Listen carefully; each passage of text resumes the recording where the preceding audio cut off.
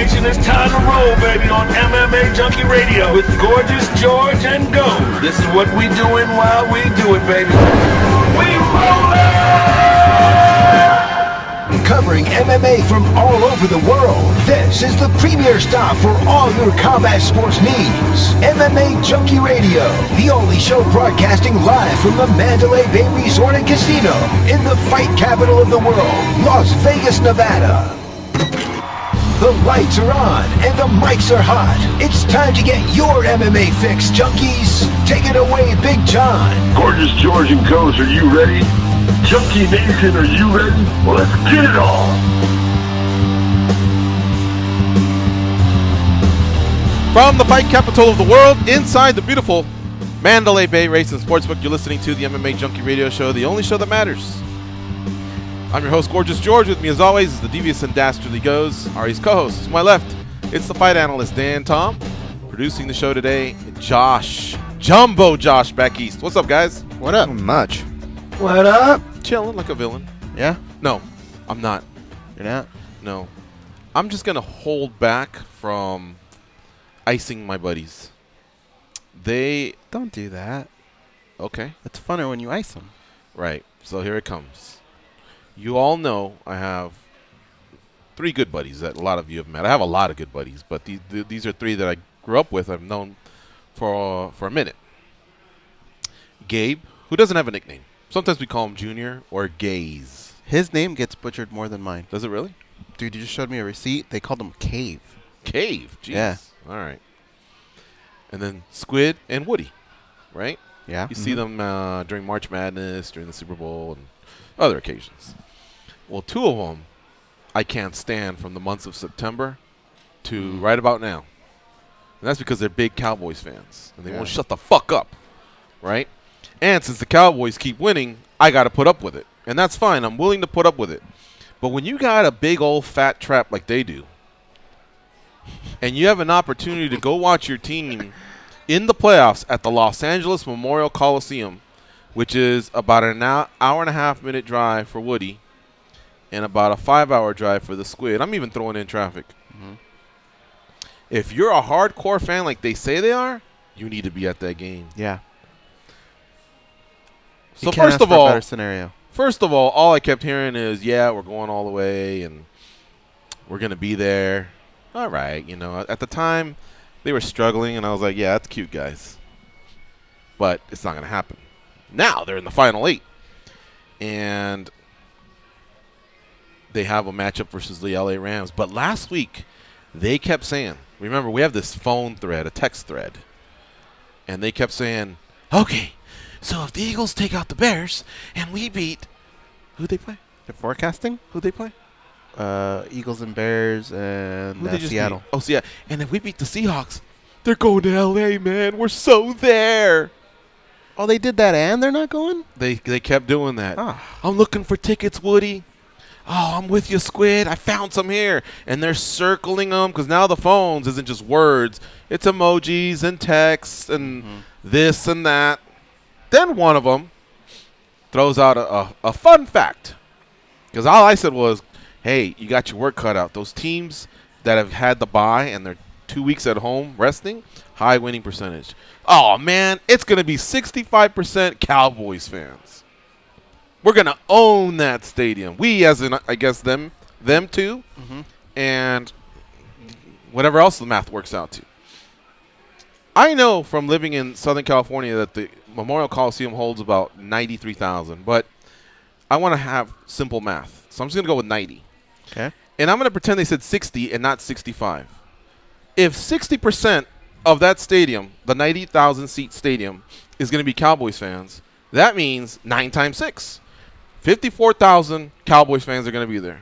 What I found out tonight is that in the L.A. area and Vegas, there's 54,000 more hardcore fans than these 2 buffoons. Yeah. Oh, well, we checked, and they skyrocketed to 500, and if you sit up, I just turned off the phone. And so instead, I'm going to go get a TV and watch it in my living room. Shut up. Because you got me all fired up for the last 2 weeks about what you might be doing, and I'm living vicariously through them. Part of me is like, damn, why can't my Niners do that, right? Yeah. But they're not. So theirs are doing it. Now, I am there ready to push buttons. If they lose, I'll be the first one to just laugh my ass off. But when they don't, I will also take my medicine, and all I can do is just watch all this. The thread just keeps coming on my phone and on my iMessage. We're this, we're that, we're legit, repeats, Dallas Cowboy cheer, whatever, man. They're entitled to it. But I was really, really disappointed to see that. Squid's always slinging all kinds. He's betting college basketball, college football. For sure, thousands are risked every day. And he can't just drive 5 hours. He started saying something about, I got to get a room. No, you don't. Woody lives there. Yeah. All you got to do is drive to We have Woody's. plenty of friends out in that area. All you got to do is drive to Woody's or Big Ralph's. That guy is waiting for you with a cooler and some sandwiches and some waters and then some cold ones to have at the stadium. Then you both get in the car, carpool. So LA's traffic's horrible. I got you. But at least you got a carpool buddy. You head down there with the $400 or the $500 tickets that you paid for. Oh, all right, whatever. It's like you lost a bet. It's like you got a flat tire. Something happened, but something that you weren't expecting. And we do it for the things we weren't expecting. You might as well do it for something that's going to be fun and epic, right? Because the Cowboys haven't had this. I think it's been 20-some years since they either won a playoff game or at least advanced to this level. Something like that. I don't know. But at least to a point where they don't have to fly to Texas. Now you're talking about $300 flights, and you have to do the hotel and flights to get there, unless you road trip. But this one is just a gas tank, up and back.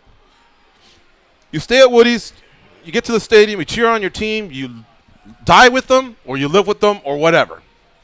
Take pictures, post them on Facebook, come back, crash at Woody's if you have to, get in your damn car, and drive back to Vegas. I agree. You know what I mean? It's that's just what that's just what you have to do. You have to do it. For the record, I will say this. I actually wanted the Cowboys to win their first game because I think it's way funnier when they get smashed in the second round. If they lose in the first round, then you're going to hear, well, nobody expected us to be here anyway. But if they get crushed in the second round, now they have a little bit of hope. And that's when I want them to go through the meat grinder. Yeah. But I am really disappointed in those two guys. Now the other one just chimed, I'm going to get a new TV too. Shut up. Who cares? Fucking get me off that thread. We all got nice TVs at this point, you know? Yeah. We all do fun things. But what we don't do is go to playoff games. Those are historic. On the road, too. I can talk about the 1994 Road Warrior. NFC Championship game that I went to, or the one we went to for the Spurs. It's a story you can tell for the rest of your life. These are memories. And it just so happens, like Gabe and I, the other two, we can't go to a game together unless it's USC or the Lakers, I suppose. But football, we can't because he's a Redskins fan and I'm a Niners fan. Goes and I did it once, but that's because the Redskins were playing in San Francisco. Mm-hmm. But for the most part, I don't want to spend my money to go see his team and vice versa. I get that. But these two have that in common. And we talk about it all the damn time. And, oh, check out this Cuban cigar. Look at this steak. Look at these golf clubs. They make good money. The money comes in and it goes out. Sack up, assholes. Seriously. What are you waiting for? I mean, it doesn't get any better than that. Do you want the Cowboys to overtake the Raiders' move to Las Vegas? Is that close enough? An Uber ride home and back? Or do you want or does Woody want them to play where the Cucamonga Earthquakes play and play in that stadium? It doesn't get any closer than the LA Coliseum. I have a feeling they'll find a way. They should. They have to. This is a rally cry for them to find a way to go to that game. Mm-hmm. And if not, then leave me off the threads where you call yourself a hardcore Cowboys fan. I don't want to hear it. Back up, assholes. Yes. There you go. There we go. Holy cow. I couldn't believe it as I was reading these texts this afternoon. And that little throw-in of the TV like, oh, yeah, that's the good call, man. Who cares? You know what you need to do? You need to do what I do. You just got to redo your rankings on your friends list and bump them down a notch. I honestly probably promote someone. Until the Super Bowl, I won't reply to anything that has to do with football. If they want to talk about something else, then I'm in. You know, I'll chime in. Oh, yeah, you know, college basketball or the Vegas Golden Knights, the Lakers, whatever. No, don't bring up the Golden Knights. Josh is going to get pissed. Then you'll have another fight on your hands. You Should get a lot of shit done. Yeah. Yeah. And then you actually, it's a little subliminal. It's a little subtle jab where you tell your friends and your family, shape up. That's why I haven't been returning your emails or texts like I used to. Because you've been a jag-off these last few months or years or fill in the blank. I don't know if you know this, but everyone on my phone has a credit score rating. Do you really? And every time they piss me off, their credit either goes up or down. Oh, man, I don't want to look. This Who's the king of individual bad here advice? is 840. That's a good credit score. Who's the king of bad advice? I can't say. Oh, okay. Yeah, but that Yeah. that person is got good credit with me. I'm watching a highlight of Reggie Miller, Mm-hmm. and he actually was calling James Harden clutch the other day. Well, that's a big If I went home, endorsement. if I'm James Harden, I went home and I heard somebody telling me that, or him telling me that, I'd be like, wow, I guess I really am that, you know, like I feel real good about being that. I mean, Yeah. they all want to be clutch, all the superstars in the NBA, but I can't remember a more clutch guy than Reggie Miller, man. And for him to call you Mr. Clutch, that's like Judo Gene LaBelle saying, yeah, you can be. Oh no, sorry, it was Roddy Piper saying, yeah, you can be rowdy. You know, I used to be rowdy, and I'm retired. You can now use my nickname. That's a strong endorsement. One of the best sports moments I call myself lucky to be able to view live. 1995, I want to say Eastern Conference Finals. You winning? No, just watching live as far as okay. like viewing, being alive for. Usually most stuff. Well, you're a little guy, right? Before my time, little guy, but I could hold my own at already any adult at my parents' party that wanted to have a sidebar about NBA. Dan Tom was already collecting newspaper cuttings. 1995. 10 years old. Okay, yeah. I was already cutting newspaper clippings from like 94, 93 onward. Following basketball like a hardcore and being able to watch that turnaround. What was it?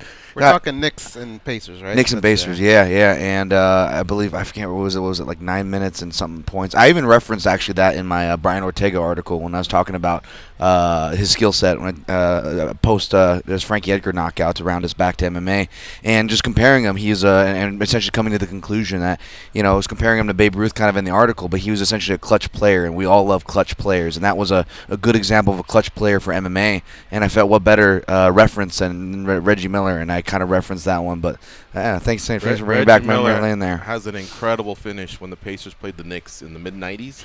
He scored 8 points in 6 seconds. I left your house. Spike Lee, I can't believe he didn't take his own life that night. Those four friends that you're talking about, or those 3 friends, you guys all rented a house, and I was at that house. And I thought they were done. I got in my car, and I left. And I remember when I got home, you told me what had happened, and I did not believe you. And I even, I didn't have a phone back then, so I waited a while before I actually found out that it was true. And the only time I can ever remember something like that happening in MMA was when St. Pierre lost to Sarah. There was a Pride event going Texas. on. And Frank Trigg, he was calling him back then with Mauro Ranallo, and he had called me, and he asked me, so what happened in the fight? And I'm like, you're not going to believe this, St. Pierre got knocked out. He didn't believe me. And he was like, nah, you're full of shit, you're bullshit. And you can even hear Mauro in the background going, man, quit pulling our legs. And I think they went a while before they actually realized that it had actually happened. Whoa. Yeah. By the way, it was 8 points, 9 seconds. 9 seconds? There we go. All right. Yeah, so that's easy to YouTube. If you just Google Reggie Miller, 9 points, 8 seconds, you can find that little sequence. I mean, there was a three-pointer where I think he had to run back and turn in midair and then huck a three-pointer. Mm-hmm. I can do 1 out of 10, I think, and that's with my feet set and no one guarding me. And he did what he did. But, look, I'll finish with this. And by the way, today our guests will be Gilbert Burns, Dominic Reyes, and Anthony Smith. Those are our 3 MMA guests on this MMA radio show where we've spoken very little MMA. But I want to finish with this for my buddies. And this is more to Squid than Woody. Squid, do you remember when we were 17 years old and we went to 2 Game 7s back-to-back? So we were 17 and 18 for the Los Angeles Lakers. Game 7. It was Boston Celtics and the Detroit Pistons. We didn't have that kind of money. I don't know where the hell we got $200. That's what it cost us to get in. It was like $200. You bought our dad a ticket, and I thought his dad bought his dad a ticket. Yeah, the money just comes and goes. Yeah, the memories don't. You know what I mean? The memories don't. And I know my dad can say I went to a game. He went to Game 6. His game was better. We won from it wasn't like his came down like to a Magic Johnson type shot. You know, the little hook shot. I don't know what it was, but it was Game 6. He had the better game, but we were there to watch everybody rush the court. And I was just telling John Orlando the story about the limousine driver who tried to get loud, lippy, with some Lakers fans. And then about 30 of us jumped on his limo and just completely demolished it. Are you stone cold? He asked for it, but Squid, you remember that, right? Squid, do you remember when we made shirts that said Boston sucks, go Lakers? Because Boston fans used to say what they used to say? Beat LA? Beat LA. Yeah. Beat LA. And Laker fans used to say Boston sucks. So we combined the two, and we just printed out the dumbest T-shirts you could possibly make. Cheapest shirts. Probably like one cost us like 75 cents per shirt. And we were selling them for 10. And we sold a few. And then all of a sudden we got tapped on the shoulder by a LAPD. You can't be doing that. Took it from us. He let us keep the money, I think, because we said we haven't sold anything, you know. We were all scared. But we were hustling. You know what I mean? And you just can't erase those good memories. He had so many of those shirts. Get the damn tickets and get the fuck out of town, man, on Saturday. Drive up on Saturday, pick up Woody, go to the game, enjoy the game, live with the consequences of the game, and then if you're too tired to drive back, then stay at Woody's. He's got a guest room, and drive back the next day. And if you can pull it off, if you didn't drink or you just feel refreshed and you can do it, then come back all in one night. And that's that. It's as simple as that. Especially when you talk it up like that. Go ahead. Squid's got serious, right? He's got serious. He's got YouTube. He's got iTunes. He's got something. Get serious. All right, He Squid, does need to you get heard serious. him. You heard the man. Squid, and I'm not gonna let Woody off either because he's right there with. He's just as guilty. Cowboys and shit. Yeah, how about them Cowboys? That's what they say every Sunday. What's up? Dak Prescott and this guy and Amari Cooper, and we're going all the way, and if they do this, they'll be in L.A. We're so there. You ain't shit. You ain't there. Damn. You can be there. You got time to be there, but you ain't there right now. So if we wouldn't have said, I'm ashamed. I'm how honestly. you doing? We wouldn't be here right now. Like, you seem fired up. I am fired up. I am fired up. You know, the other day we went to USC versus UCLA. Both teams sucked this year. USC was like 500. But we're used to going like 11-2, 12-1, 13-0, whatever. We were like 6-6 by the time we played UCLA. UCLA, I think, was like 4-8. We had no business at that game. But when we bought the tickets, the season hadn't started yet. We had a really good time. You know that? I can imagine. We tailgated. They still had hate each some other. great laughs. The game was good. We lost the game, and I can still say it was a fun time. Yeah, these guys need a reality check. Oh, my God. All right. So, you know who our three guests are, but let's talk about some other things that happened. You know, Kara Kovalkiewicz is fighting Michelle Watterson. I like that matchup. Yeah, there's think some it's gonna fight be fun. bookies that are rolling through. And Dominic Reyes, I mean, I know it now because I had to look it up, but he's fighting Volkan Ozdemir. He's 4-0 in the UFC, and he's 10-0 overall. So pretty soon we're going to be talking about him. Like, Corey Anderson has to start sweating him. Because Corey Anderson, I think, feels like his quarter's up on the video game. All right, Anthony Smith's playing, but I got next for Jones.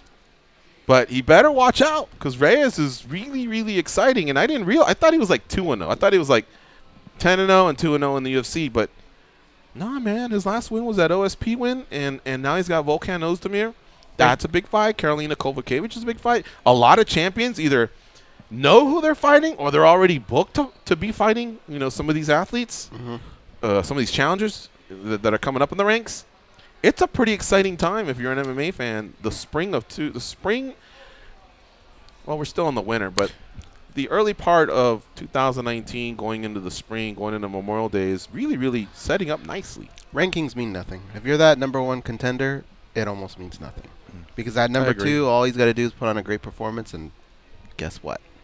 Now he's got the shot. I will say, kind of adding to George's note, it's an exciting time, more so for light heavyweight, which we haven't been able to say in a while. We've been kind of, you know, almost making fun, if you will, because it was, you know, the premier division for so long, and it kind of has been thinned out. No thanks to, you know, one of the greatest of all time, John Jones, and Daniel Cormier holding his stead while he was away. I mean, having those two guys at the top is going to make any division look thin. But there's quietly contenders, kind of like what you're saying, George. And by the way, Dominic Reyes, 4-0 in the UFC now, quietly. 3 official stoppages, though you could say 4 stoppages if you guys remember at that third round with OSP.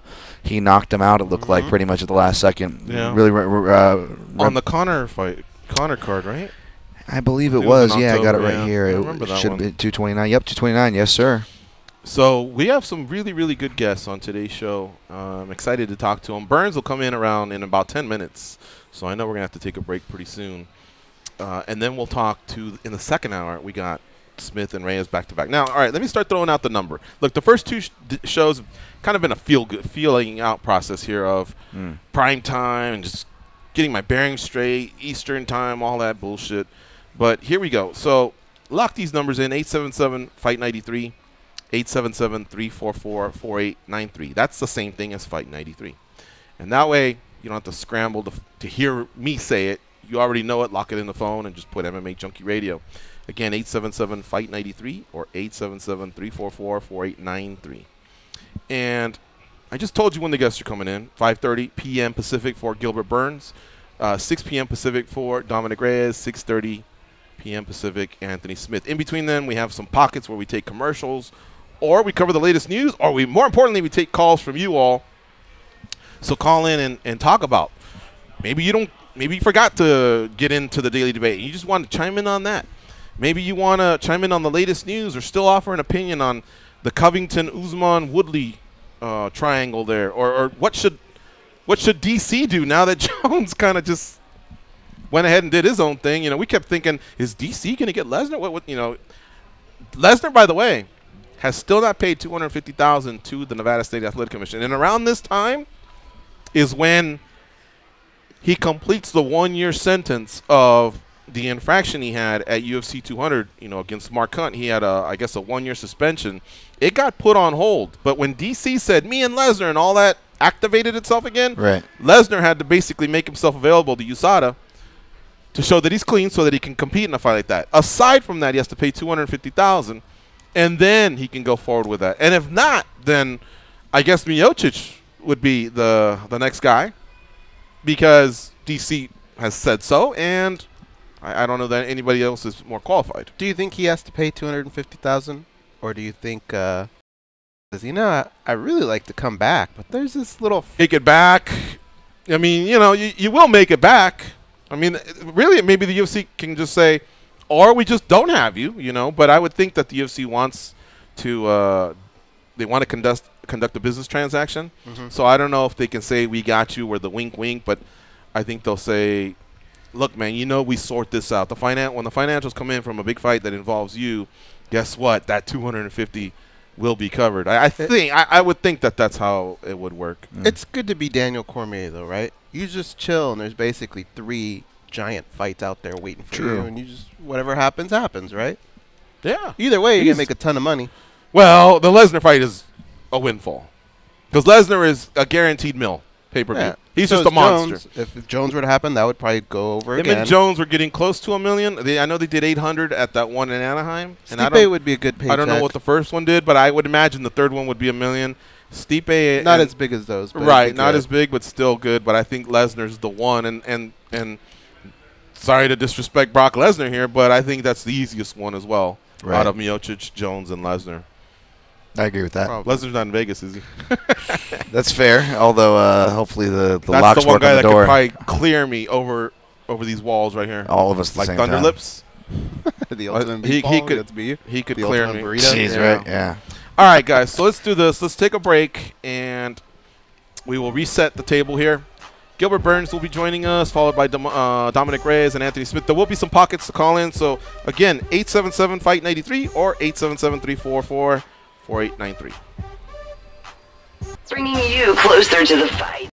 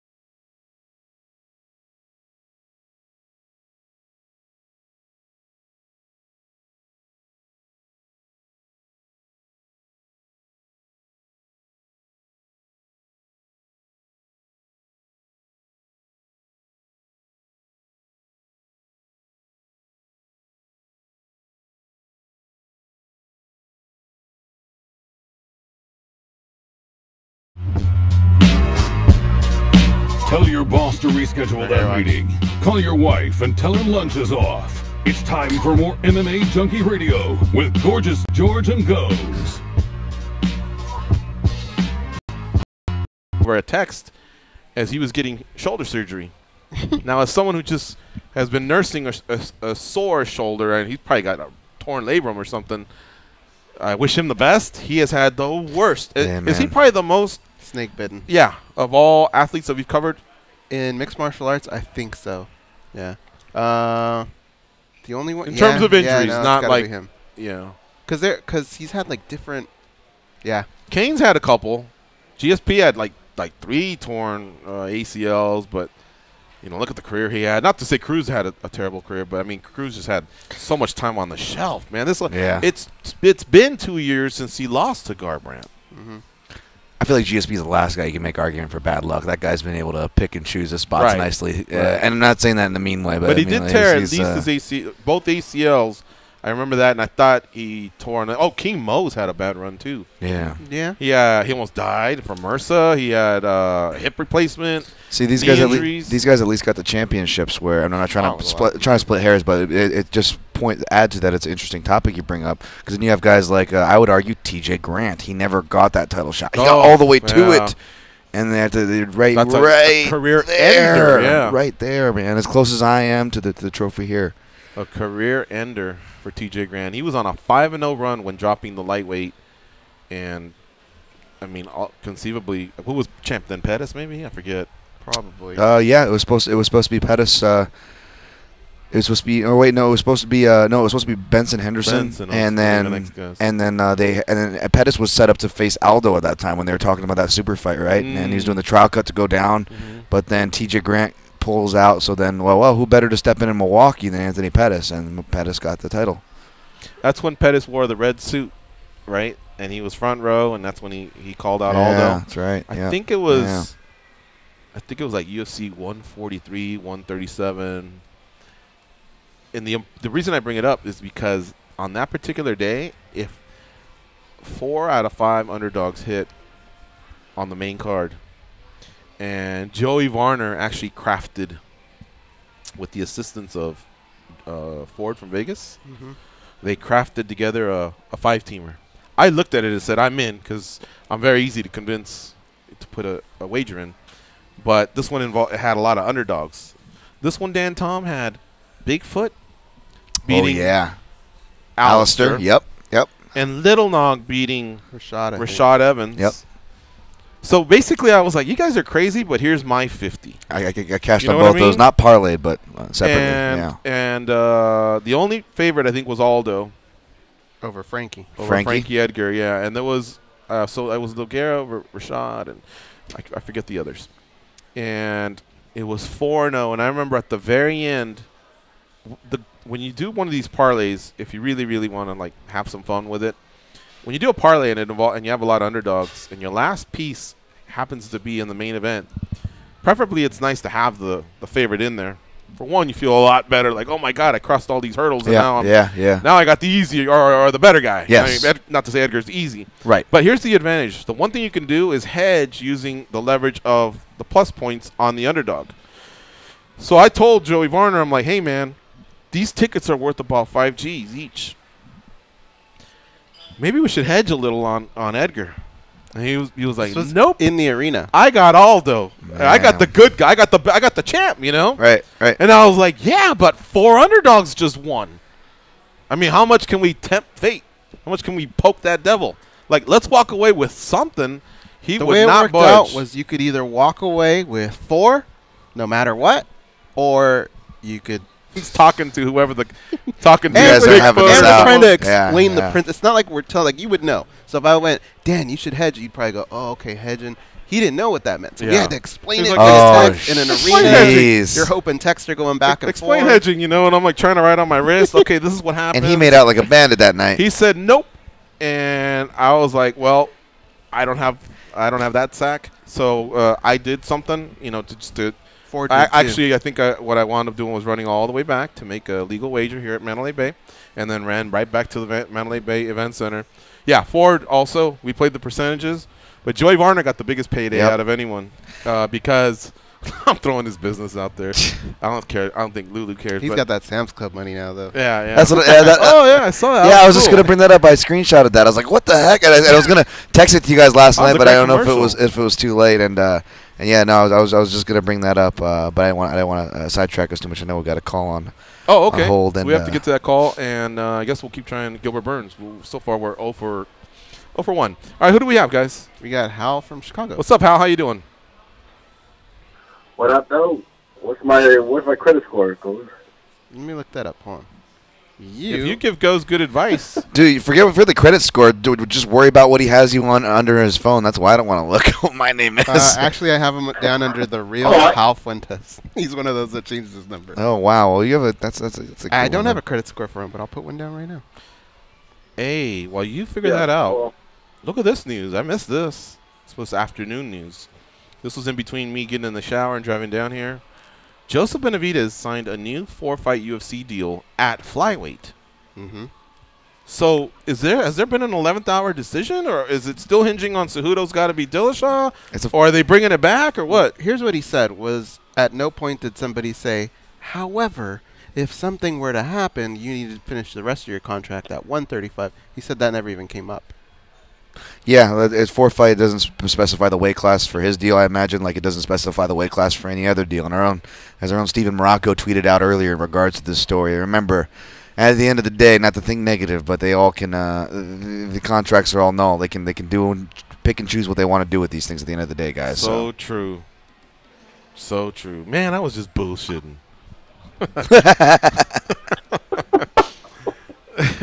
They might as well just say that.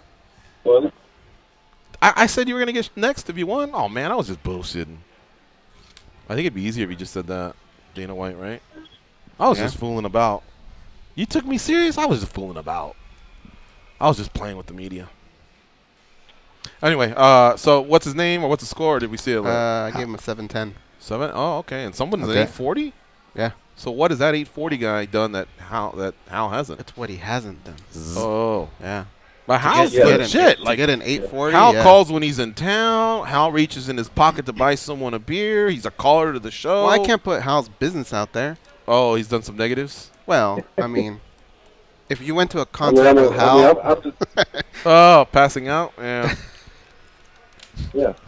Well, I'm just glad I'm not listed as Bush. Hey, I've had Hal fall asleep with me a couple times, but he's still one of the better dates I've had. yeah. Hal is infamous for falling asleep. And get this. I'm probably worse. It's just no one knows it. Yeah. Yeah. Falling asleep? If my buddy Gabe were to call in right now, he could probably name off 5 spots, and you guys would fucking die laughing. You could be like, like how a did you? concert? No, though? I know one Strip for sure. club. Yeah, for sure at a strip club. Once at the horse races. I think the strip club is more impressive. How do you fall asleep at a strip club? Well, it's not like they're always on your lap. I mean, that's, Well, yeah, but there's a lot going on. Was this like 5 a.m.? It's Was this like loud. 5 a.m. Yeah, strip club yeah, at the no, end of a I think- night? I mean, the only thing you have going in your favor 6 is I guess it's a.m. dark. drunk, like, you know, ready to tap pissed out. my pants, threw up on myself. I probably wasn't. That was impressive. Can I say that or Which one was that? when he on the airplane? Yeah. I won't tell the story, but he threw up on himself and then fell asleep that way. I know. On an airplane. That was horrific, man. And my new that's so Niners funny. jacket, too. All right. Hal, finish up. Right. All right. I go down at some point every night, but just like Tyson Fury, I'm up in the 10th. You know what I mean? And I'm ready to go for another 2. So you got to give me that too, you know. All right, So but anyway, I'll just say Alexander Hernandez versus Cowboy Cerrone. A couple of Cowboys, one from New Mexico, one from Colorado, one from Texas. He's getting disrespected again. He's a plus 150 dog. I don't understand it, man. Alexander got lucky with his punch against Dariush. Cowboys gonna finish him. All right, guys, take care. ooh, all right. Dude, that guy is my kryptonite when it comes to gambling. Even when I bet on Oh, him yeah. or I bet Cerrone? against him, I always get it wrong. Notorious. So Notorious I'm for a lot of the last people. guy that should even be talking right now. You guys talk about that. Cerrone's one of the harder guys to read, but I do agree with Hal, and I'm a big Alexander supporter. Maybe not big, but I mean one of the only few people to take him against guys like OAM and whatnot. So not that I don't believe in Alexander Hernandez, but that line didn't make sense. It was similar to Barbosa Hooker. Now I ended up taking Hooker, but that was before the odds shifted. The odds ended up shifting making Hooker the favorite and Barbosa the dog. And even though I was on Hooker, I didn't understand that. I'm like, no, Hooker should be an underdog here. He has much less pass to win this fight. And same with Hernandez. Now, that's not saying I'm going to go with Hernandez or not go with Hernandez here. I don't know what I'm going to go with in that fight. I'm actually going to be looking into that one soon. But I think the odds are off, guys, to this point. With the way he fought, is that the type of Hooker you like to get on top of next time? Yeah. Well, you know, you never want a Hooker as a dog, all right? Hal's still there. Hang up on him, Josh, for crying out loud. All right. The UFC on March 30th is going to Philadelphia to the Wells Fargo Center. Okay. That's big news, and I'll tell you why. Because that's the city of brotherly love is a really, really big city. I think it's the 4th most populated city in the United States. Don't quote me on that. It's either Houston, Detroit, or Philly. I think it's Philly. Of course, the top 3 are New York, L.A., Chicago.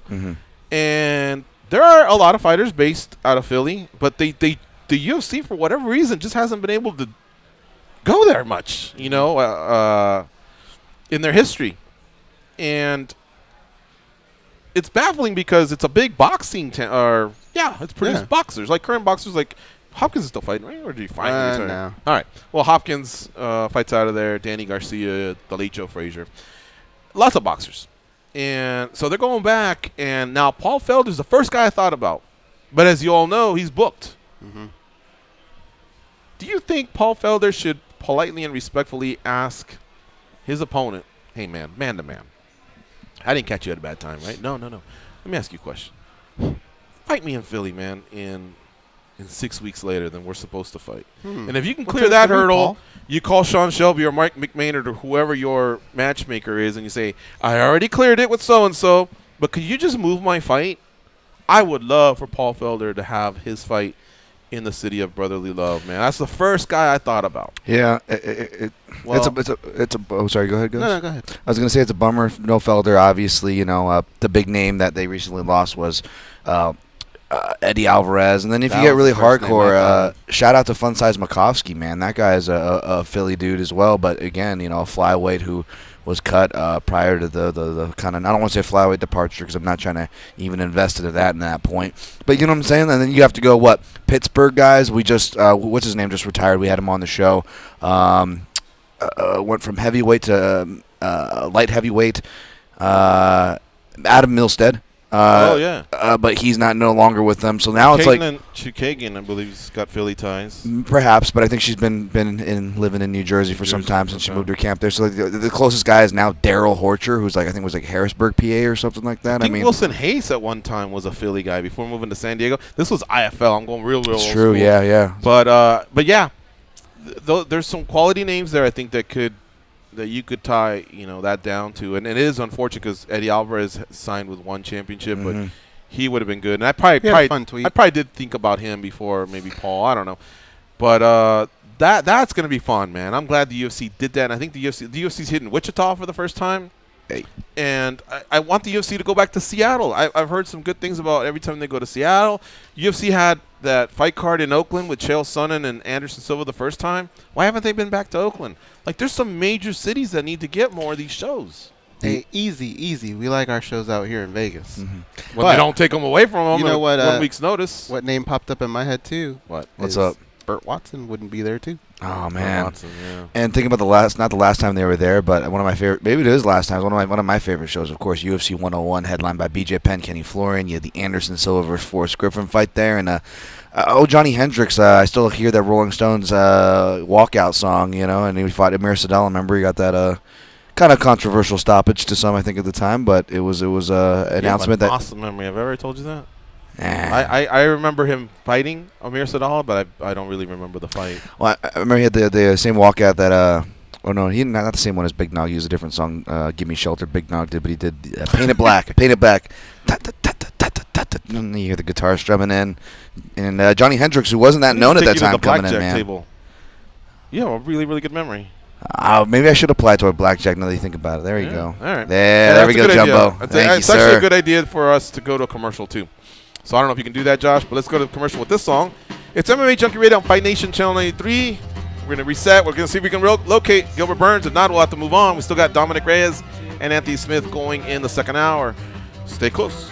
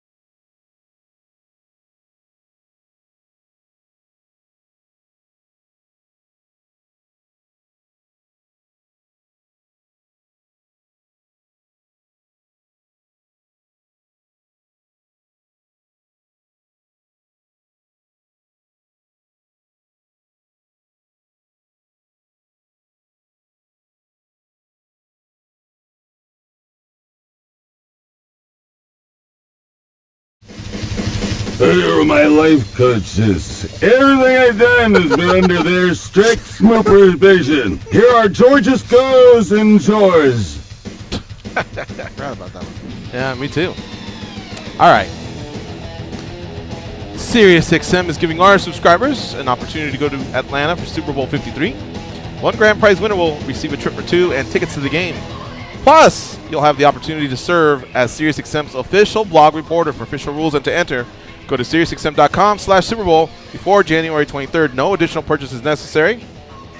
And before I get overwhelmed with DMs and texts and emails and questions, I know you're all wondering, so let me clear this up for you. This is very important. All right. The NFL entities, as defined in the official rules, have not offered or sponsored the sweepstakes in any way. Okay. Oh, That clears us of that all was very legal official. stuff. I like that. Yeah. Really official. You know, there's one guy going like, what if I win the contest and he doesn't say that? I'm going to sue these mofos for millions. Is that did I just close that loophole by saying that? Yeah. No, he kicked his coffee off the table. He's pretty pissed at this point. Hey, to your reference earlier, shout out to the YouTube chat, of course, but Jesse in the YouTube chat threw this reference at you guys in reference to what George was talking about. He said Dominic Cruz is the Derrick Rose of MMA. Getting stammered there. Yeah. That's a Good comparison. It is a good comparison. Shout out, Jesse. I heard he's going to be out till late 2019. We're already in 2019. Yeah, so late 2019. So basically by the time Dominic Cruz fights again, it'll be 3 years, which is the same layoff he had from when he fought whoever it was he fought last until the Takeya Mizugaki fight. Wasn't it 3+ years or something like that? Mm-hmm. It's terrible. Mhm. Yeah, but he's still like early 30s, and he's got chin wear and no. Sorry, he doesn't have chin wear and tear. He's just got shoulder and knee wear and tear, but from the injuries. But He's also healing everything else, though. I suppose, yeah, Can we clear something up? yeah. What, Josh? What is a god sister? I swear to God, I've never heard of this. You can have that? Yeah, so her mom and my mom go way back, and like growing up, just kind of always referred to her as kind of my older sister, but not by blood, so a god sister. But there's like a ceremony involved in all that? I mean, there hasn't been an official ceremony. Maybe we could do one. Shout out to Lynn. She's visiting from California. No, we haven't done an official ceremony or anything. No. But you don't decide that. Your parents decide it, right? It was mutual, I suppose. Again, these aren't questions I've necessarily thought about, but yeah, I mean, the original connection was my mom and her mom working together way back in the day. So Long time. I should sit here and go, man, if something were to happen to George, I need someone to give me a wedgie, and then I pick somebody that I just think would be like a cool older brother? You can you can make your own rules. Are you kidding me? You're in Vegas. You got like half an octagon as a studio. You're balling. you can make up your own. Yeah, do that. Dude, I'm going You're allowed to, to have by the god- end of the week, I'm going to have a god brother and a god sister. Yeah, have you ever heard of a godmother? It's gonna Do go they, party. do they have to give me presents on my birthday? Again, make up your own rules. I didn't know it was a So thing then to this rank isn't friends a in your thing. phone. You made this up. You're making this up, Josh. No, I didn't. Listen, wait a minute. You rank your own friends and family 'Cause in they your phone, and deserve I it. can't have a god sister? Yeah, I guess you're right. This But is a whole still. mess. Yeah. But you kind of shouted it out like we would all go, oh, yes, the god sister. I have never even heard of that. Yeah. I'm Neither the have I. king of Mandalay Bay. I don't know if you guys ever knew that. It's gonna Was be there a ceremony? Not yet. It's coming though. these titles are gonna make Yeah, the I don't- rankings real So the messy, ceremony's guys. the key. Again, I haven't thought about that. I'm just saying, if you're going to tell me that you rank your friends in your phone, I don't want to get any grief for having a god sister. All right. All right. But the key is the ceremony. He had a ceremony. So you can have that, you can have that type of relation with someone, but for it to be official, for you to be able to talk about it and back it up, you have to have the ceremony. So I can joke and say, I'm the king of Mandalay Bay, but there was no ceremony. So You that's have it. to have a ceremony. I'd have to have a ceremony, and since I know I can't, then I think you can. really, Why not? how You are got these guys the gonna let studio. me have the It's Sunday football, right? When it's packed, we open up the windows and we say, "Hey, everybody, see this guy? He's the king of Mandalay Bay. Raise your glasses." And I that's the promise you, ceremony. everybody will do great. it. Yeah, Put that's a crown great. on your head and you be the king. Can we do that every Alright. every major event? By the way, like not every weekend, obviously, but every major event, like make that a dare. One of us has to do it, and you have to get the response. Otherwise, you got to do something. That'd be fun. Pay rounds for everybody. You if could be like don't. Paul, and you just go, "I am the king." That'd Right. be fun. I like that. That's good. Good thinking. All right. Well, March 30th, folks, is when the UFC's headed to Philly just to kind of round out that little conversation that we had earlier. The UFC's got a really, really hectic schedule in 2019. We suggest you go to MMAjunkie.com when you have a chance. Click the Rumors tab, and we got it all outlined there. Not just the UFC, but Bellator, One Championship, PFL, all of the major organizations that are out there throwing on shows, credible shows with great fighters. They're in our Rumors tab. The ironic thing is I think Eddie Alvarez fights the next day at One Championship. Yeah, he had a pretty funny tweet about it. March 31st, yeah. And that young lady that subdued the would-be mugger, Pollyanna Viana, that story just blew up on MMA Junkie. That was awesome. The Dan Libertard show was quoting MMA Junkie, and what were the other ones? BuzzFeed. Well, you know, TMZ, but she's already got a fight booking. She's got Hannah Cyphers at UFC 235 here in Las Vegas. And here's another booking. Check this out. Most hardcore fans are going to dig it. The casual fans are going to be like, eh. You know what I mean? But I love this fight booking of Charles Oliveira versus David Taymor at UFC on ESPN Plus 2 in Brazil. These are just two quiet guys that have winning streaks in a hectic division, which is 155 pounds, and the winner's going to have a lot of shine on them. I think it's one of those fights where you're going to see a certain moment, and if it doesn't happen, you're going to go, ooh, this just got interesting. Hey, sorry to interrupt. Something that won't be on Junkie because it got tweeted only 12 minutes ago, but it's close to our show, close to you guys. Old Joe Lozon tweeted, got the official cured call today. No more cancer talk. No more neuroblastoma. This wasn't a surprise, but it was still great to hear. What was really good to hear was that, and then he kind of goes on, but it's on his Instagram. I guess the gist of it. Yeah. Oh, I thought the baby had defeated that years ago, so it came back. I guess it wasn't official. That's why I said it wasn't a surprise, but they got the official call, the cured call today. I really like Joe Lozon. That's great news. That is really, really great news. But first, I thought you were going to say he retires. Oh, second, okay. when you said cancer, I thought is it him because sorry, I didn't mean to scare you because guys. the baby I thought had recovered fully.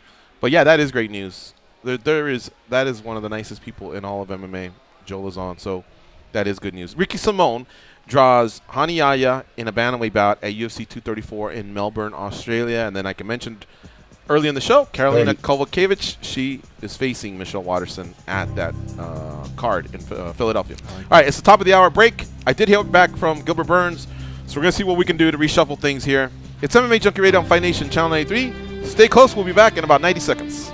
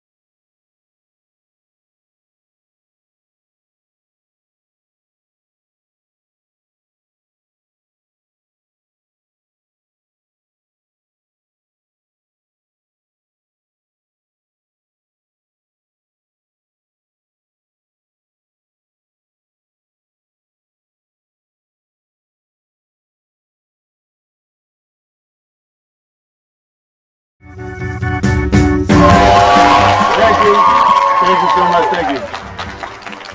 Good evening, everyone. I am Ron Delirious here with the Culture Ride. I am the hostess with the mostest, bringing out three incredible, wonderful musicians all the way from North Atlanta, Georgia. Please start clapping your hands now. The Migos. Tell your boss to reschedule that meeting. Call your wife and tell her lunch is off. It's time for more MMA Junkie Radio with Gorgeous George and Goes. All right, it's the beginning of the second hour here. MMA Junkie Radio coming to you live as of this past Monday. So here we go. We got a really, really cool show lined up. The first hour, we were kind of discussing the latest news in mixed martial arts. And now we got some interviews lined up. We're starting off with a killer, a devastator. Dominic Reyes debuted in the UFC and has quietly gone 4-0 in the UFC. He debuted mid-2017. I remember. I was excited because he was a Cali guy. And he debuted, and then I couldn't believe, I had to rub my eyes a few times to realize he's already at 4-0 in the UFC, 10-0 overall, and that big win over Vince St. Preux, for sure now we know, hey, this guy's top 10, closing on top 5 material. And now he's got Volkan Ozdemir. So, folks, write that name down and start, you know, if you're looking for the new wave of fighters to ride that train, you know, to be a fan of, because they can't fight forever, and some of them are going to start retiring. And this is one guy that I think you want to get behind, and he's an all-around athlete. He's got a wrestling background, and he can strike, man. He really, really has some devastating kicks. Plus, he's a fan of the LA Lakers, so how can you not love this guy? His name's Dominic Reyes. He joins us now on the hotline. What's up, Dominic? How you doing? What's up? Just driving around right now. Hey, how did you get swept under our radar, man? I knew who you were. I knew you were winning, but that's 4 wins in the UFC. Like, seriously, in 2019, you get past Volkan Ozdemir. Next thing you know, it's you versus Jones, right? I mean, I think the UFC needs to get behind you a little bit more. I think that's the plan with this London fight here. Come up against old Volkan. I think this fight for me is going to be a statement fight. I'm going to come out there and really show the division what's up. This is the guy you should be worried about. Yeah, and you have been doing that because you have 8 out of 10 of your wins have been finishes. Man, you know what? I almost need to apologize myself. Maybe that's why you didn't notice. Yeah. I need to apologize myself. How did I let this just happen? You know what I mean? I'm very, very subjective. I'm very, very I lack professionalism all the time. So I'm not one of them guys that says, "Oh yeah, I have favorites," and my favorites are the Cali folk, the SoCalers. You know what I mean? This guy should be a guy that's been on our show at least 7-8 times, and we should be talking him up. He's beaten Jared Cannonier. He's beaten Vince St. Preux. He's undefeated. He's a finisher. What more do we want? Holy cow. And now, you're right, he got Volkan Ozdemir in London. Dominic, man, do you see 2019 as the year that you could be competing for a world title, or do you want to take it slow? What's your approach? Well, the way I see it is 2 more fights and then a title. So, I mean, by the end of the year, maybe a December fight for the title, that seems realistic, to be honest. Do you want it to be Jones when you get there, Dominic, or do you just worry about the belt? I do. All right. It matters. I would love to be the guy to dethrone Jones. Nice. That's the plan all along. See, if I'm a fan and I'm hearing that, I get even more excited. This guy's not running away from the challenges. Love it. All right. Goes, what do you have for Dominic? Oh, no. Dominic, contract-wise, it seems like you're right around that area where maybe you could be seeing a new contract. And anytime there's a guy with an undefeated record, they have to kind of play that game, right? Can you kind of fill us in where you're at and what you would like to do as far as your contract when that does come up? Well, I mean, when your contract comes up, I mean, you want to get paid, especially when you're undefeated. But yeah, I'm gonna get paid, man. I win fights and I win it in dramatic fashion. Because you're so you get close. paid for what you do. Sorry to interrupt. Because you're so close, getting a win keeps you undefeated, keeps you moving forward. But do you feel that little bit of pressure that maybe getting a win and having a stamp on that win can even bump you up a little bit more? Absolutely. I mean, it's all about performances in the UFC. I mean, you see guys jump over guys all the time.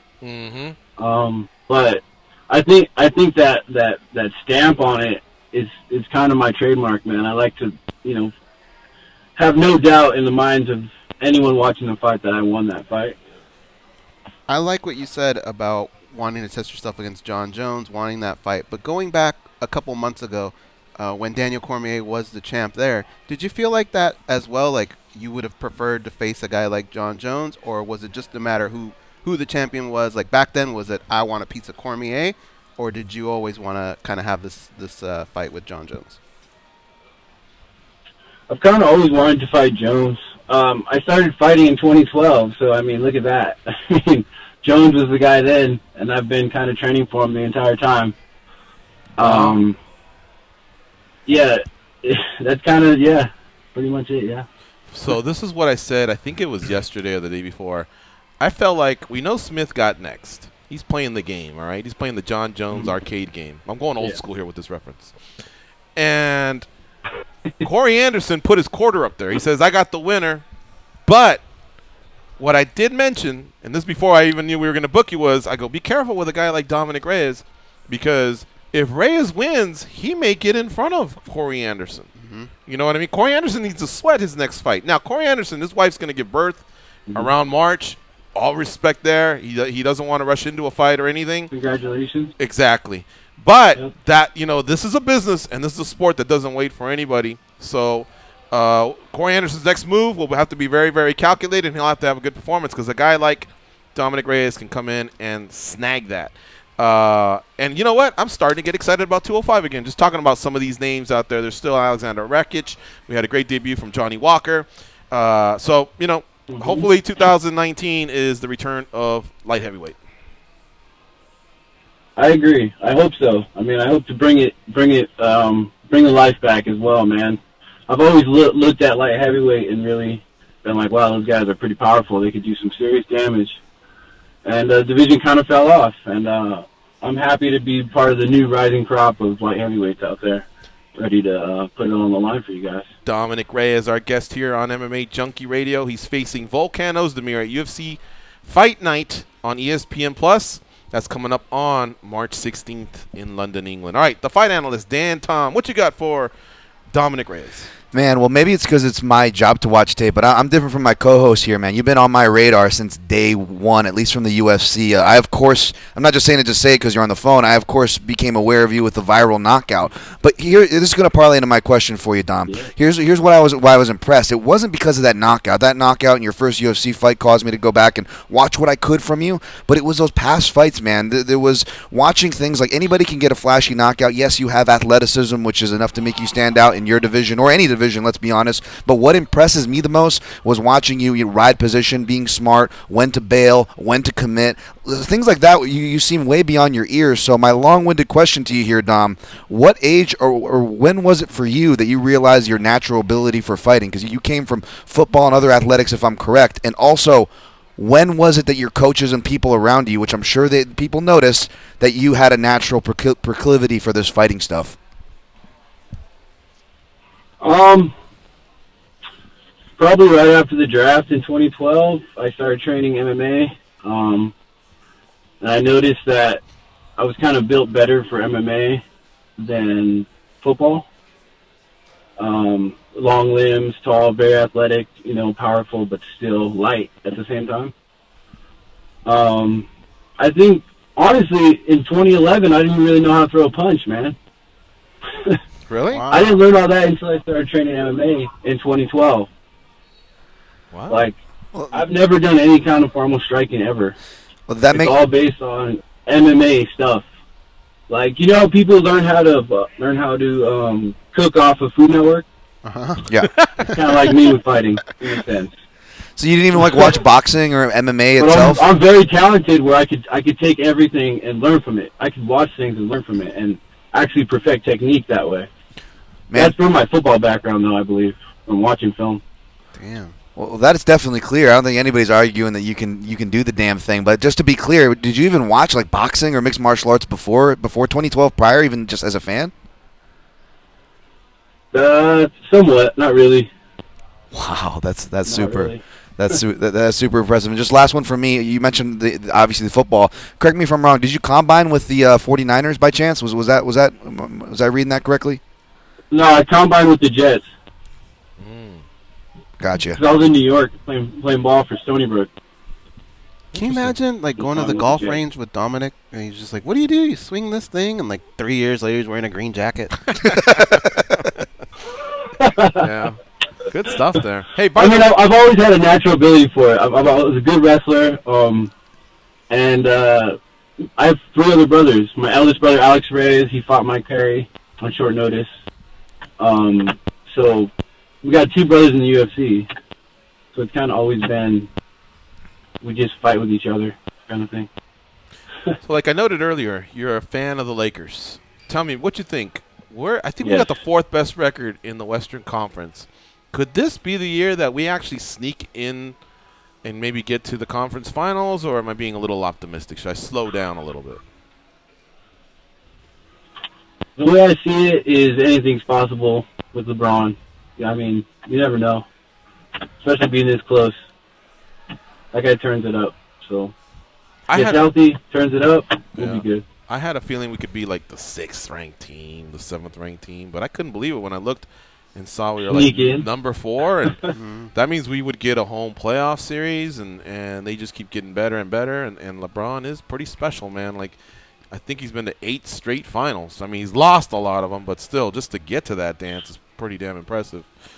Now, he's also... Yeah, and a lot of the times you put the team on his back. Yeah. Yeah, for sure. Who do you got in the Smith-Jones fight? I mean, yeah, that's my question. I want Jones to win. I think Smith could catch him. Okay, all right, there you go.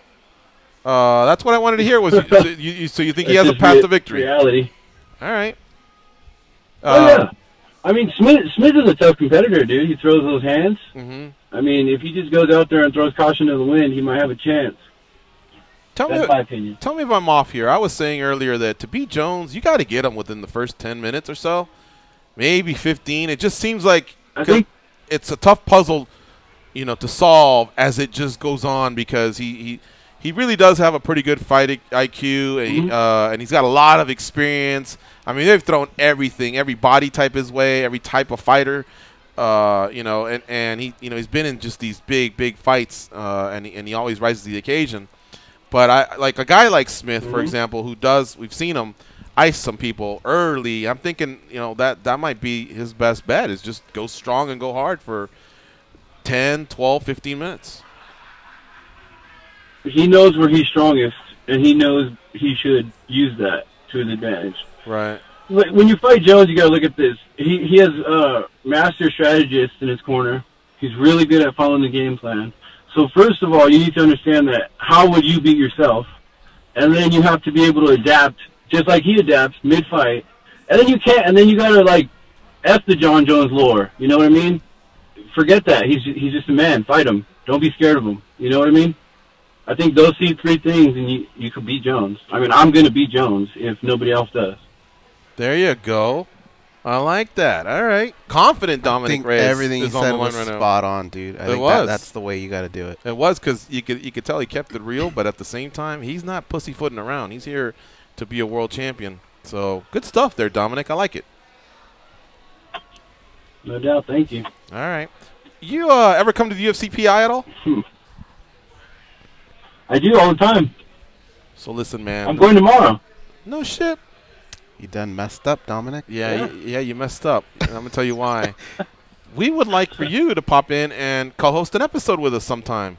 I don't know if tomorrow's too soon, but if you're constantly coming here, yeah, might be a little too soon. We'd like to learn a little bit more about you, these Dodgers, these Lakers, growing up in SoCal, football, all that stuff. You know, these spots are only like 10, 12 minutes long, and so we talk a little bit about the fight. But I really like it when fighters come in. We just had Curtis Millender co-hosting yesterday.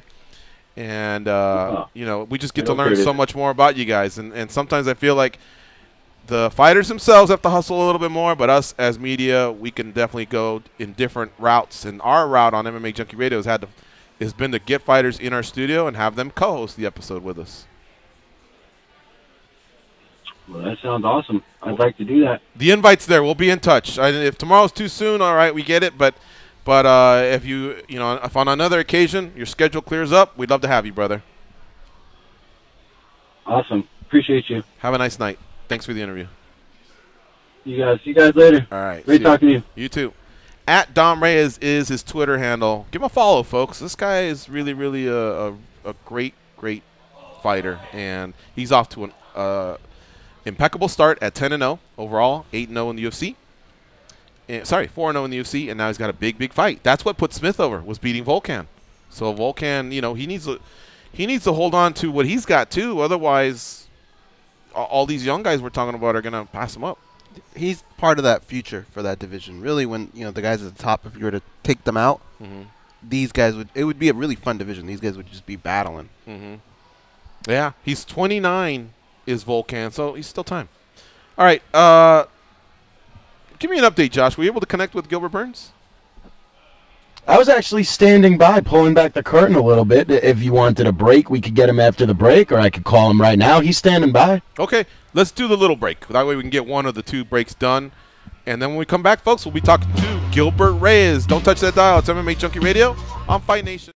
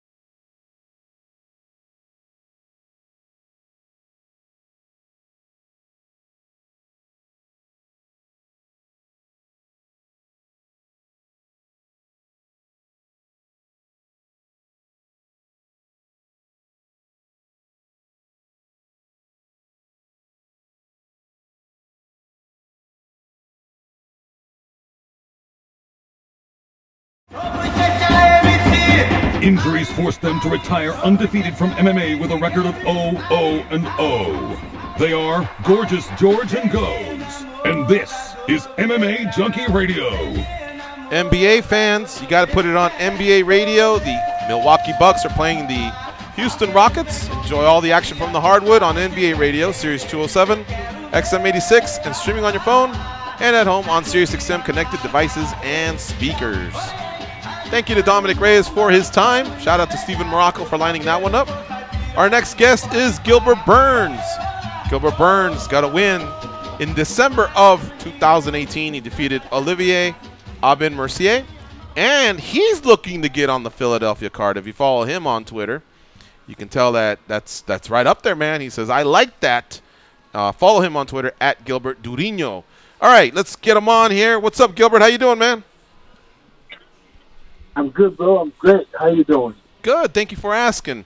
All right, great way to end 2018 with that win over OAM, Olivier Aubin-Mercier. He's a tough guy, you know, and you got the win. 2-1 in 2018. You've won 3 of your last 4, and now you're looking to get on that Philly card. Do I got that right? Yeah, you do. So the thing is, I don't like to travel so much, so far for the fight. And the Philadelphia is what, maybe 2 hours flying, and I like all the Philly star, you know, all the Philadelphia. So when I saw the date, I said, yeah, that makes sense. Yeah, so I like it. So now we're just looking for the opponent, but I'm pretty confident I can get on that card. I love that date. So what if Sean Shelby, or who's your matchmaker, Mick Maynard or Sean Shelby? Sean Shelby. So what if Sean Shelby texts you and says, all right, Hotshot, I saw your Twitter. You want to fight on Philly? Who do you want to fight? What do you tell him? What do you text them back? I don't know. I would say like anybody, but the first name that comes on mind, I think it's John McDessie. John McDessie, okay. I like that. Yeah, I think it's a good matchup, but I'm not asking for easy fights, and I'm not asking for like a boring matchups. That gotta make sense for me, for the guys, for the company. So, and I think it'll be like interesting matchup. And he's supposed to fight in Canada. I think he got hurt. I kind of followed him. I saw was nothing serious. He was back in training pretty soon.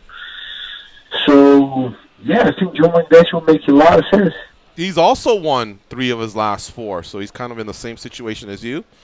So I like it, and I think I think that usually gets the job done when the athletes are like you and they voice enthusiasm for being on a card like you did for Philadelphia on March 30th, and then you can tie in a name or two. Man, next thing you know, the doors start to open. You know what I mean? I'd love to see that fight, if I'm being honest. Yeah, no.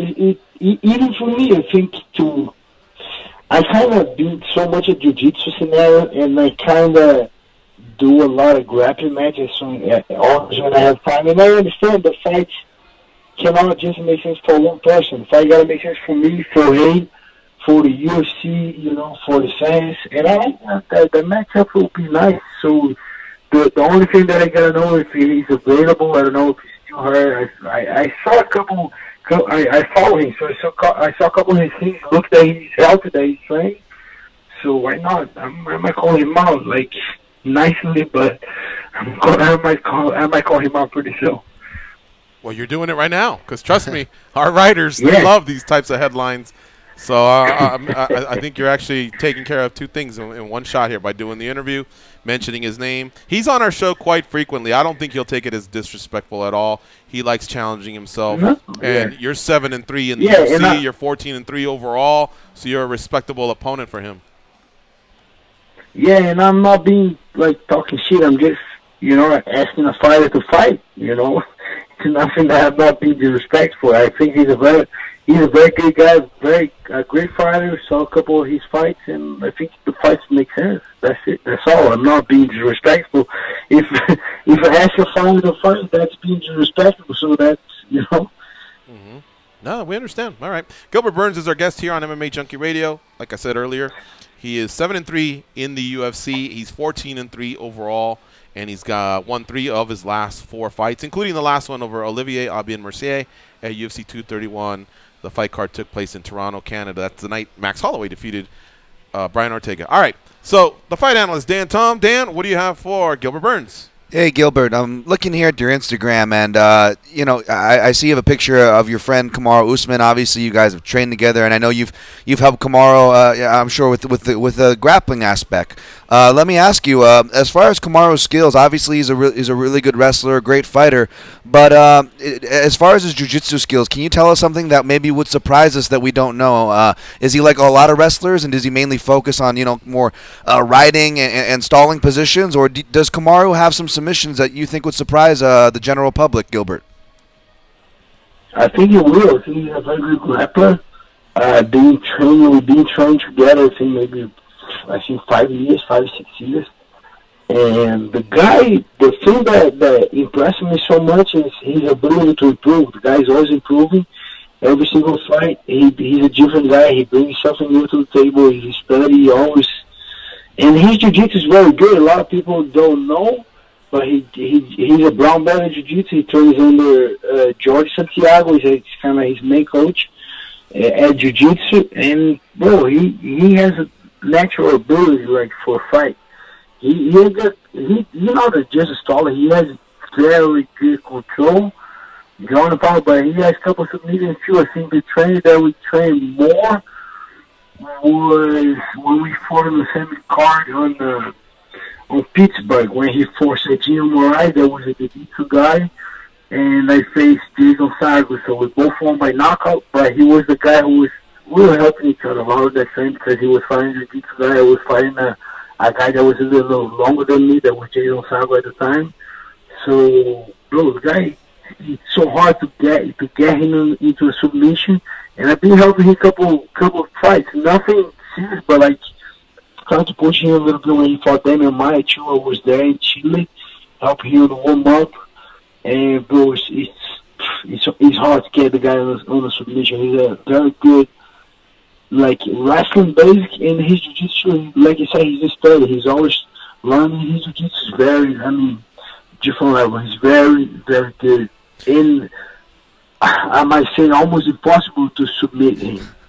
Wow, that's awesome to hear. And just one last one from me, Gilbert. Another fighter, obviously, you have experience with. Your brother, Herbert Burns. Congratulations to him. He's recently coming off a win. Can you tell us anything? What's next for him, or is there anything you can share in that department?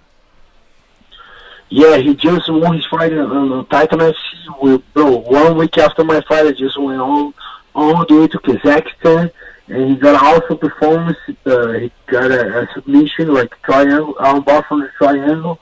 And I was looking to get on the next Titan card that will be here in Florida in March. I think in the second week or third week of March, he's in Florida. So yeah, he's already back in training. Guy, I think I would like to play that. I got all the like strength from the family, all the aggressive, and he got all the techniques. The guy is extremely technical. I think he'll be getting on a couple weeks straight, maybe being on UFC very soon, or doing I think the Dana White Contender Series will be back soon, and I think he got a couple weeks straight, he'll be there too. All right, we're talking to Gilbert Burns right now. Goes, what do you have for Gilbert Burns? Gilbert, you got some momentum going into 2019. In regards to 2019, what MMA New Year's resolutions did you make for your career? Bro, I make a lot. I want to get on a streak win that year for sure. Hopefully I can get 3 wins. That's the main goal for this year. And not just with the wins, but with the statement wins. That's most important for me. I'm always being a fan of the fight in the jiu-jitsu aspect, like in the MMA aspect. And as a fan as well, I don't like to boring fights. Like, I want to get like good performance, domination. That's what I'm looking forward to, be impressive on my fights. And if I'm not able to get the finish like I wasn't on my last fight, I just want to perform like all domination. Try to finish the guy since that first minute towards the last minute of the last round. I want to be looking for the finish. So my New Year's resolution is to get that 3-4 win strike, break to the top 15, and make it large in that division. I wish all fighters said what you just said. I want to fight 3 times this year. It seems like a lot of fighters are either fighting 1, 2 if we're lucky. No, man, I love like Curtis Millender was our guest yesterday. He fought 4 times in 2018. Israel Adesanya, he fought 4 times in 2018. Wow. So you got to get in on one of those early ones, and then hopefully you stay healthy. But I think 3 is a nice number. But yeah. I can live with 2, but man, there's a lot of fighters that only fight once, and it's tough because it's tough to stay relevant, because there's so many great fighters out there. Yeah, for sure. And the other thing too, I think you got the momentum. Like, anytime that I get to a fight, for sure. Last year I got 3 fights, but I had 4 training camps because I had the full camp to fight Oliveira here in Orlando, but the condition pulled me out. And so I did 4 camps, and I had 3 fights. Plus, I also did a lot of grappling matches at the Kasai, Polaris, Fight to Win, couple grappling matches that keep me busy.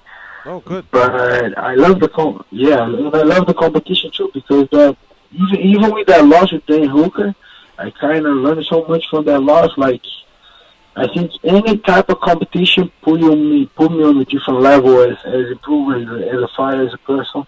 And I would say 4 fights this year, but bro, the four training camps that I had last year, like my body was beat up. But after the fight with Obar Mercia, my body was beat up. I said, no, 3 fights is good.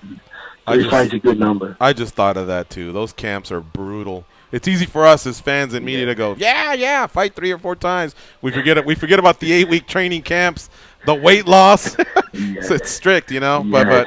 But I think 3 will be a great number with all the preparation. Yeah. With the wake up, with the fight, with the little celebration, with the little rest, and go back to training. I think that will be enough time. All right. Well, let's see if we can get you on the fight card in Philadelphia. Gilbert Burns versus John McDessie. I love it. Hopefully it happens. And I want to thank you for being on the show. It was really fun talking to you, Gilbert. So we appreciate your time. Yeah, thank you, guys. Have a good one. I like the show a lot. Oh, thank you, sir. We appreciate that comment. All right. We'll talk soon, my man. And follow him on Twitter, folks. It's at Gilbert Durinho. So it's Gilbert like his name, and then Durinho. Let him know you heard him on the at MMA Junkie Radio Show. Let's take a quick break. I know Anthony Smith is ready to go. You're listening to MMA Junkie Radio on Fight Nation Channel 93. Stay close. We'll be right back.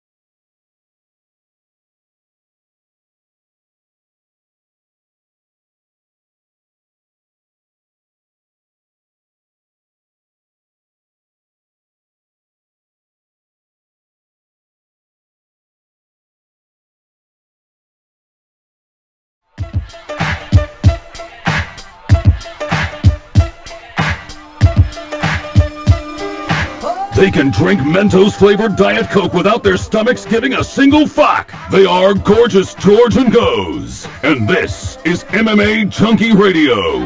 SiriusXM is giving our subscribers an opportunity to go to Atlanta for Super Bowl 53. One grand prize winner will receive a trip for two and tickets to the game.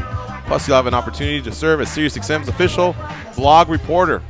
For official rules and to enter, go to SiriusXM.com/Super Bowl. Do that before January 23rd. No additional purchase is necessary. The NFL entities as defined in the official rules have not offered or sponsored this sweepstakes in any way.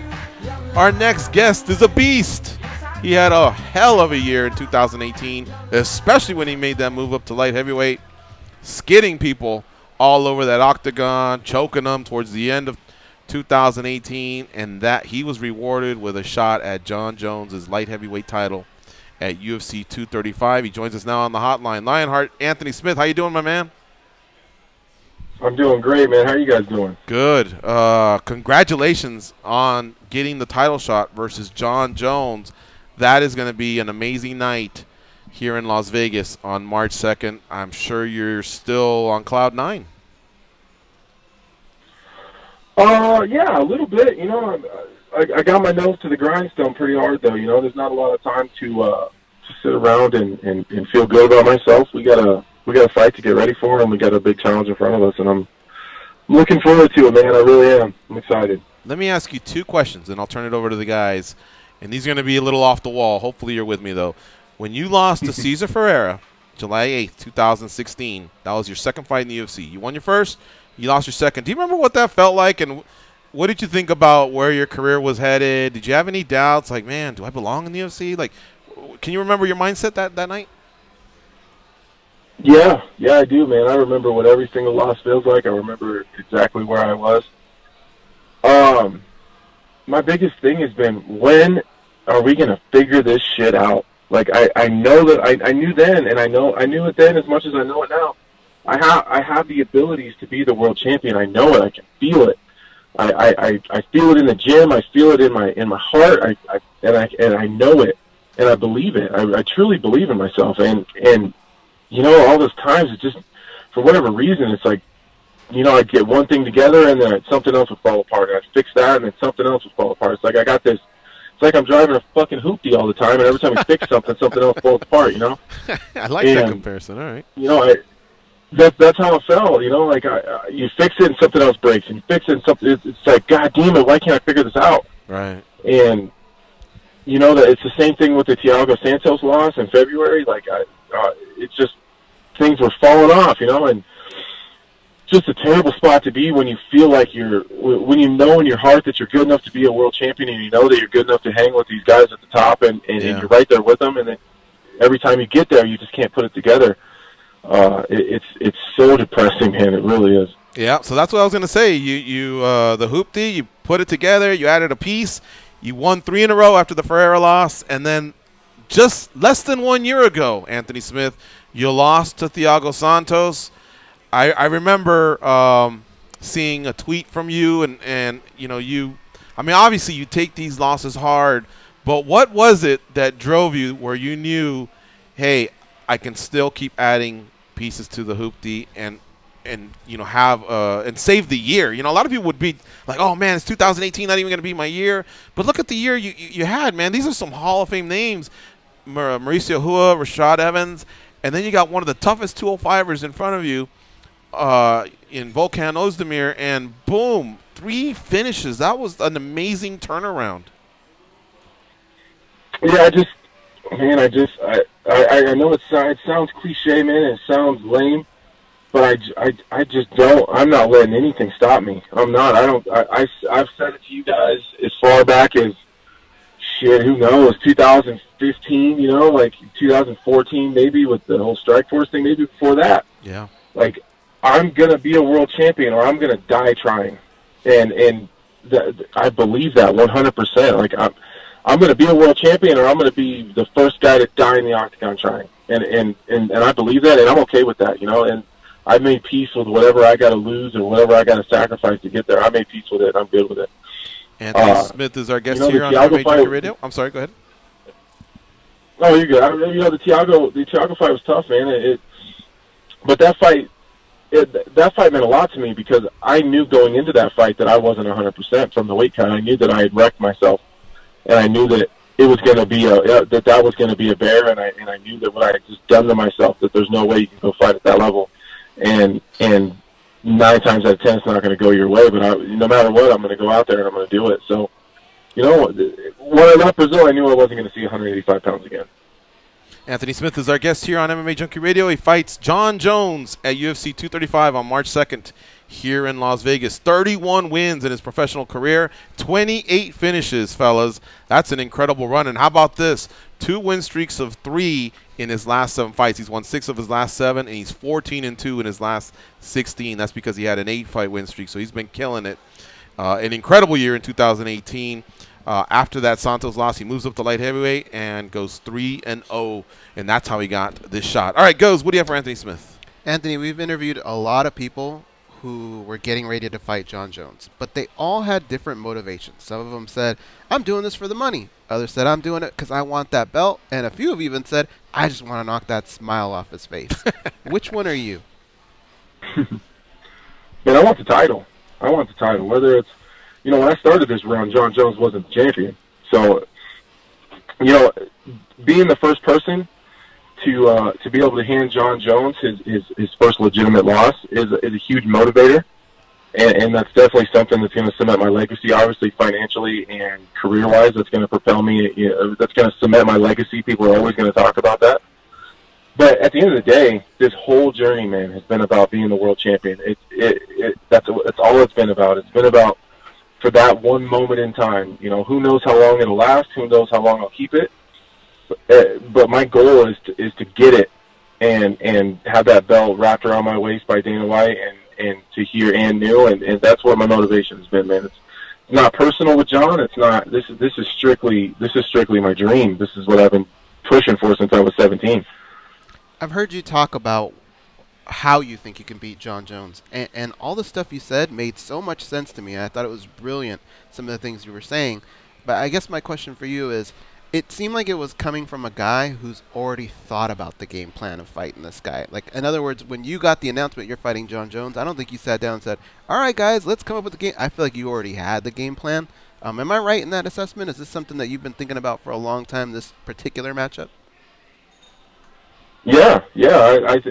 When Michael Bisping was getting ready to fight Luke Rockhold, or no, he was getting ready to fight Anderson Silva. Michael Bisping always wanted to fight Anderson Silva because he just felt like he had that certain style that he felt matched up really well with Anderson Silva, and Michael talked about that a lot, about how he thought that he could be the one to do it, regardless of how he did it in all these other fights or whatever, and he lost to this guy, and Anderson beat that guy, whatever. He felt like he had the right style, and he was the right person to do it, and that's how I feel. Jon Jones, I've been talking about Jon Jones since June. This isn't an accident that I ended up here, and I'm not surprised. I know that everyone's kind of pretending like I'm being gifted something, and that I'm just, it was just up in the air, and no one knew who it was going to be. Like, I knew I was going to fight Jon Jones as soon as I got done beating Ozdemir. That was the whole motivation in fighting Ozdemir. I didn't want to fight that early. I wanted a little bit of a break, but I also knew that Jon Jones was probably going to be coming back, and I wanted to position myself at a place to where I was the one to get that. And being the number 2 dude in the world at the time, it almost guarantees it. And there wasn't a whole bunch of clear contenders, so I've been thinking about Jon Jones since June. Dan Tom, our fight analyst, what do you have for Anthony Smith? Hey, Anthony. Another good reason why it seems that 2018 was a good year. It looks like you got your black belt in Brazilian Jiu-Jitsu. Correct me if I'm wrong. I did. Awesome. Congrats, man. Thanks, man. That was a huge accomplishment for me, man. That was one of the proudest moments I've ever had. I know that people talk a lot about my ground game and how I don't have one and whatever, but like, we're not doing jiu-jitsu when we're fighting. Like, I can separate the two, and a lot of people can't do that or don't do that. And my jiu-jitsu game in the fights is way different than it is, in the gi.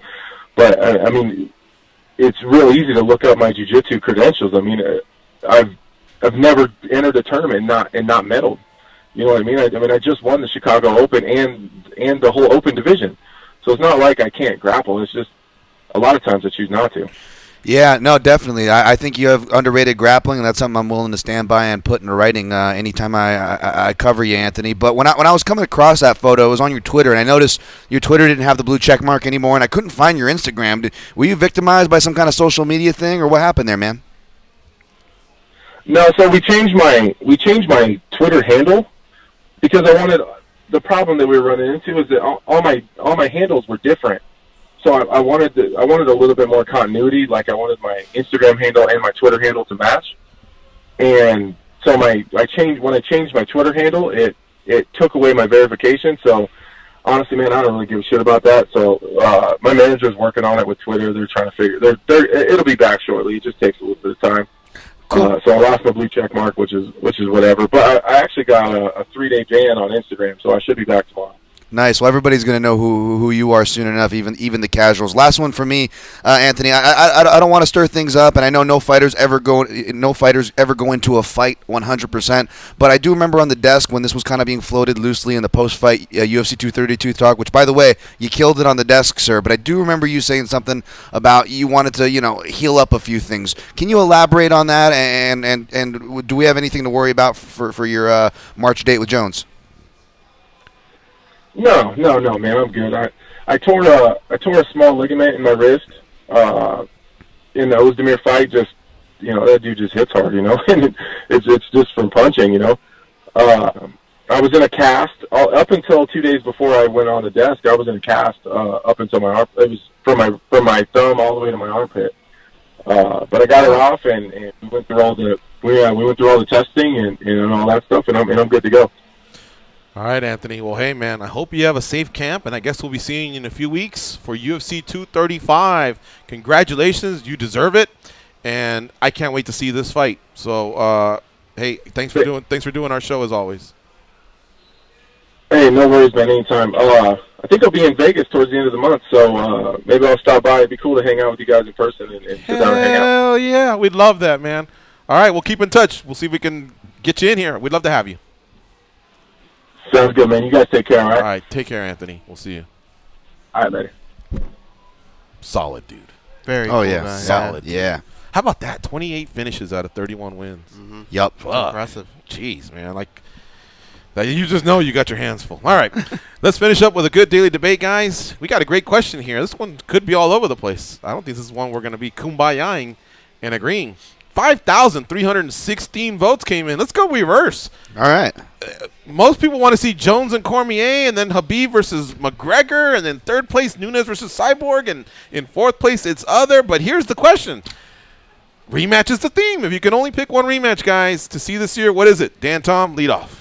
I'm surprised here. Obviously, you said it yourself. Other came in the least votes, which usually Other does, right, guys? That's maybe not a surprise. Yeah. But what came in third in the least of the stated options was my pick, Nunes Cyborg. I think that's the only one that makes the most sense. The other guys have other options, and I think we could live without seeing those fights happen. But who else is Cyborg going to face? And Nunes, she does have 2 belts, so that technically means she has more options than most champions, but even her, I don't think there's a big line banging at the door at bantamweight. I think that one needs to be run back, so I got Nunes Cyborg. All right, this is the way I look at it. Khabib and Conor just doesn't make sense to me. There wasn't anything in that first fight that made me say, I got to see that again right away. Right.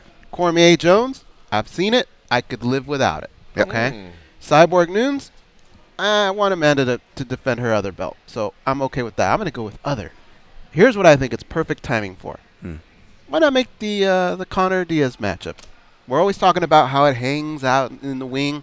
Let's do it now. Let's just settle it now. I thought you were going to go Conor Holloway, and you would have won me over, but you came up a little short for me there, man. I gotta be honest. But I know that everybody would call me out and say, aren't you the guy that says we need to protect these titles and this and that? I would have loved to have seen it, but I would have loved to have seen it at featherweight. Yeah. I thought you were going to say Derek Lewis versus Ngannou.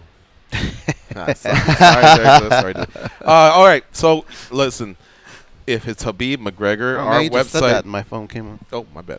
If it's website McGregor, or sorry, if it's Khabib and McGregor, it's tons of traffic for the website. The show blows up with listeners.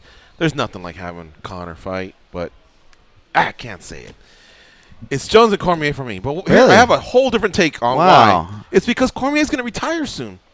So all these other fighters, like they're in their late 20s, early 30s. Like I feel like we have time. Maybe Cyborg is hinted towards, hey, I want to start a family someday. So maybe there's a little bit of on the clock there. But let's just say DC extends his deadline, his self-imposed deadline. It's either March 19th or March 20th when he turns 40. I don't think we'll get him past International Fight Week. And I want to see them for however, my caveat is it's got to be at heavyweight. Yeah, I was going to ask you. I don't Okay. want to see them all right. at All right. heavyweight. I appreciate that caveat. What okay. are you going to do when they sit there and they're talking smack again? We've heard it so many times. No. What are they going to tell each other? Cormier can say, yeah, well, I had to cut to get to you. Now I'm happy. Oh, God, my shoulder. Now I'm happy and I'm content. And, now this is the big boy title. I mean, he can spin it in some sort of a fashion. Look at them skinny leg. He can say anything he wants to Jones. Oh, man. It's a whole different, it's a Call different me when DC. you're ready to go is the way I would look at that fight. It's tough. I want to argue against it. I want to say that your option has the least grounds for justification on paper, but the results don't say that, do they? It came in #1, yeah. Man, 44%. I want to argue with you, but said Jones and Cormier, and then Habib and Connors, just because those guys have. I mean, Russia and Ireland. I can't believe you what I just mean? injured yourself doing a promo for another fight. Yeah. For 2 other guys to fight. You know what? I was gonna declare myself about 80% healthy on this shoulder, and that little movement of whatever I did. The Kamala. I think so. That hurt. Well, but they're all great fights. But I feel like my only argument really stems with the Cormier deadline. If it wasn't for the deadline, I don't know if I would say Nunes Cyborg because it was definitive. And the problem is, I want a man. I didn't really want a super fight. I'll take him, But now I want Nunes to go back and fight Vera. And if she wants, Cyborg can rest, and then Nunes can come back. But when does it ever go that way? There's always injuries or contract holdouts. So I know it's not likely. But Jones and Cormier, man, I love bad blood. And think about Jones.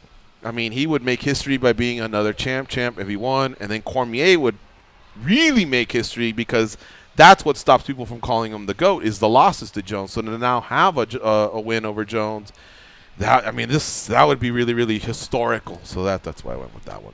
Hey, thanks to all of our readers of the website and the listeners of the show for participating. That's our beloved Junkie Nation. And with that, I guess we got to start closing things up. So first of all, shout out to Stephen Morocco. He lined up Anthony Smith and magnificent. Dominic Reyes. He is magnificent. And by the way, we got to get that guy on because he had a nice, interesting article regarding Brock Lesnar. All the things I was saying is because I read a Stephen Morocco article. And he has to pay that $250,000 fine to the NSAC before he can even fight Cormier. And I believe he's closing in on having satisfied the 1-year penalty that USADA imposed on him when he tested positive for performance-enhancing drugs at UFC 200. I know some of you are saying, wait a minute, that was 18 months ago. It's because when he stepped outside of the UFC, the clock stopped, and you have to be continuously tested by USADA. Otherwise, you don't complete, your 1-year term or your punishment or whatever you want to call it. So that's that. All right, thanks to Jumbo Josh. Did an excellent job there, juggling the schedule, getting all of our guests on. Thanks to Gilbert Burns, Puna, and Ali. Thanks, guys, for lining that one up. Tomorrow, you know what? Nothing's official, so I can't say anything. Then we'll be here tomorrow. You can count on it. 5 to 7 Pacific, 8 to 10 Eastern. That's right. MMA Junkie Radio is live on Fight Nation 93 at our new time, and it's still a Monday through Friday show. So for Dan and Goes and Josh, I'm George. Have a nice day. Go out there and be a champion. Alexa,